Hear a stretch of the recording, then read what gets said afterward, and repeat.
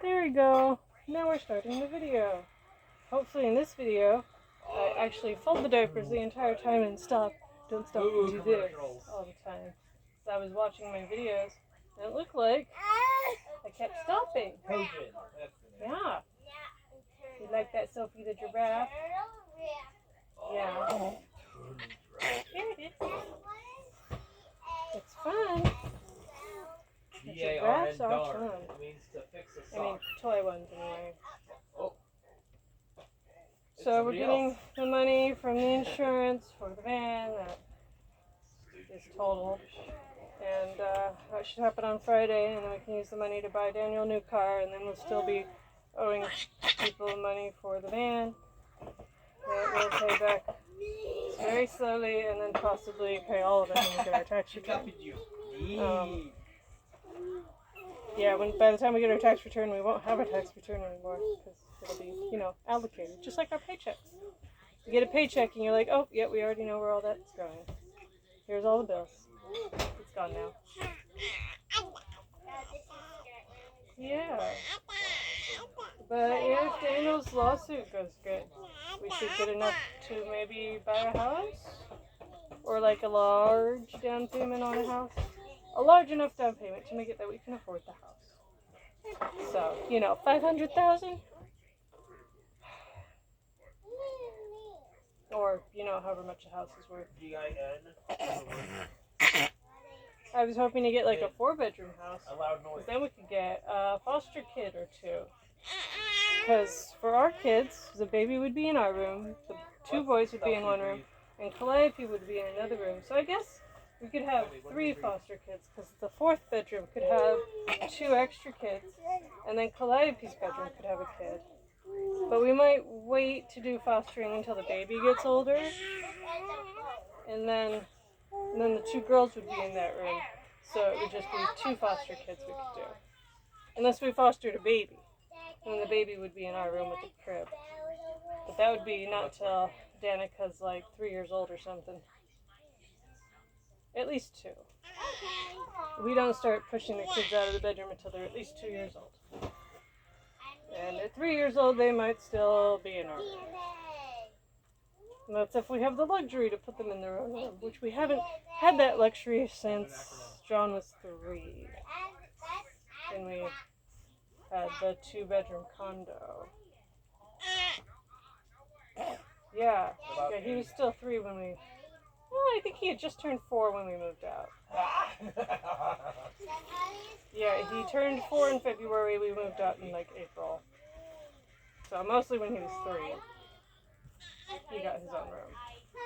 Then we moved to Dave's place and we were supposedly renting 2 of the bedrooms, but we were going to have the kids share one room, so John, Remy, and Xander. But problems came up with them trusting John and Xander alone, so we couldn't let them stay alone in the same room. So instead of making Xander go back to his parents' room, he was already like 7 years old, we decided to let John come in our room. He was only 4. 4-year-old sharing a room with parents is way more understandable. But we were paying more rent than them, so I still think maybe I should have just moved Xander's stuff back in their room. And they're the ones that were not wanting them to sleep in the same room anyway. Although I did agree that maybe it was not the best. For different reasons though. So I gotta hurry up and fold these diapers and not take 25 minutes to do this video. Because it's already like 7:30 or something, or 8, it might be 8 o'clock now. So we got the check from the church who are paying our rent. Hopefully we won't have to do that much longer.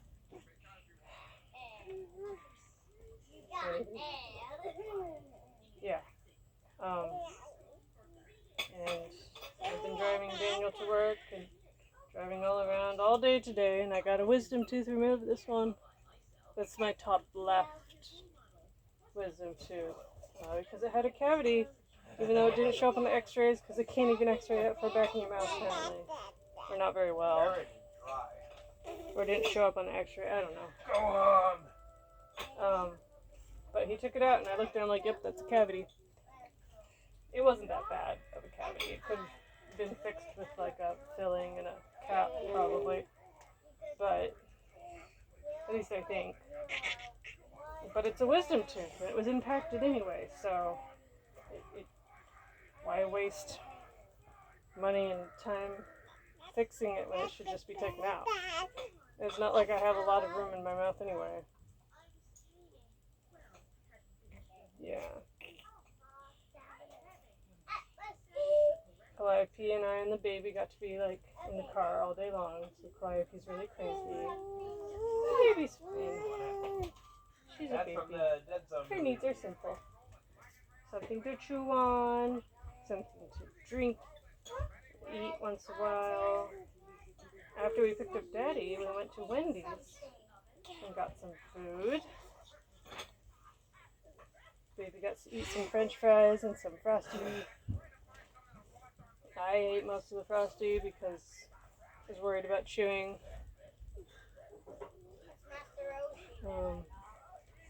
And yesterday I made butternut squash soup. Not the kind with apples or chili powder, chili peppers. The kind with cream cheese. It's a creamy, smooth soup with no pieces. It's like a liquid almost. And so that will be good for me to eat on while I'm waiting for the hole in my mouth to heal. Okay, I should be done folding really soon. And that'll be nice. And I've been watching Star Trek Strange New Worlds on Paramount, which I'm paying $2 for. And it's pretty good. I like it. Discovery, I had to turn it off and watch something else because the camera kept going like the whole, it never stopped moving. It kept going back and forth and up and down and all around. And I'm like, I'm not getting motion sick, but I'm a little disoriented. And also lots of lens flares. Like lens flares that you wouldn't even suspect. You're like, did they just add those in? Like that doesn't seem natural. I guess if you have cameras with like a million lenses, you could have random lens flares everywhere. Yeah. So hopefully this Christmas we will have 2 cars again that work. And Daniel will be working in Lodi. And he'll get his court case started. And maybe we'll have enough money to buy a house next year. In the meantime, we got to get Calliope to sleep in her own bed, which Daniel mentioned. So their beds are like little bunk bed cubbies because it's a triple bunk, so it's not a like maybe this much space top wise, and then 5 feet long wise. If she's any amount of claustrophobic, she probably wouldn't want to sleep in her bed. Daniel thinks that's what it is, because he's a little bit, he's not phobic, he just doesn't like small spaces. It makes him uncomfortable. So if she's like that too, that could be why. She will sleep on the couch, but then she like wakes up partway through the night, or she'll fall off the couch and wake up and we'll hear crying after she thuds on the ground. And then she'll come climb in bed with us. And even when I'm asleep, I think I try to kick her off the bed if she tries to sleep on top of me. So she'll go sleep on top of Daddy. Probably have kicked her. I don't know. I was asleep. Not my fault. Because I have to wake up like 2 or 3 times in the night and nurse the baby. So I need room to do that. And it's stressful enough.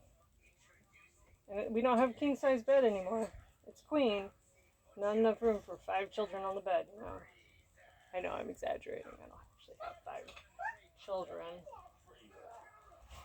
I guess if we fostered, we could have 5 children. But it wouldn't be our child. We'd be fostering. I don't want to do foster to adopt. At least right now. I'm not planning on it. If a kid needed us to adopt them, I might. But like, I want to do the fostering where we're a foster home that's not gonna, beat you and rape you. Like, wouldn't that be nice? A good foster home for those kids who are just waiting for the parents to, like, get out of jail or whatever. Sometimes it's not even anything.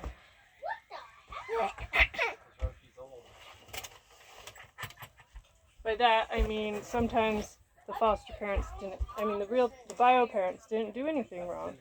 And someone said, oh, they were beating their kids, and so their kids got taken away. Help me. Because I have a friend, his mom. Here you go.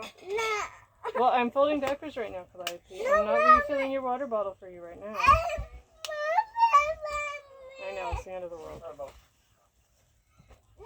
Anyway, my friend, his mom was in the foster care system, and so the social workers are always checking up on her and making sure she's not, like, doing drugs or abusing her children. So when the oldest child, which is like her stepdaughter, was like, she hit me, when it was really one of the sisters that hit her, they're like, oh, no, better take those kids away. And so they were in the foster system, and they found out pretty quick that it wasn't real, but then they lost the paperwork. So, like, instead of being, well, here, we'll send you home and then we'll find the paperwork. Like, no, we don't have the paperwork. You got to stay in the system and get sexually abused, molested, beat up, and told that you're worthless human beings. All while your mom cries about how much she misses you and is worried about you because she was in the foster care system. She knows. So my parents took the youngest boy and then the oldest boy. Actually, I think they took all three boys at one point.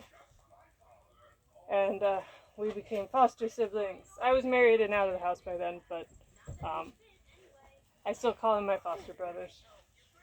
I worry about them sometimes. It's really Randy's the only one we still talk to. I should talk to him.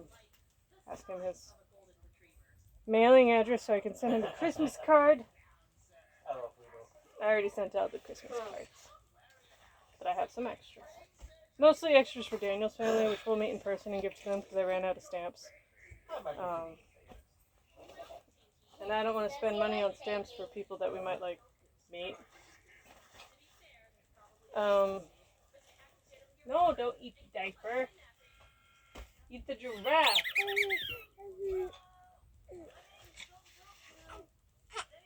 Yeah. I need to find the stockings to hang up for the kids. And then I guess we should put things in the stockings on Christmas Eve. And I was telling the kids that they shouldn't put out the Christmas presents until Christmas Eve. Because the kitties and the baby and Calliope are going to get into the presents and ruin them before we get to Christmas. So they should wait to put out Christmas presents, you know. Yeah, I think I'm mostly done with this video. We should turn it off. I have a couple diapers left. Yeah, is that right? Okay. Bye.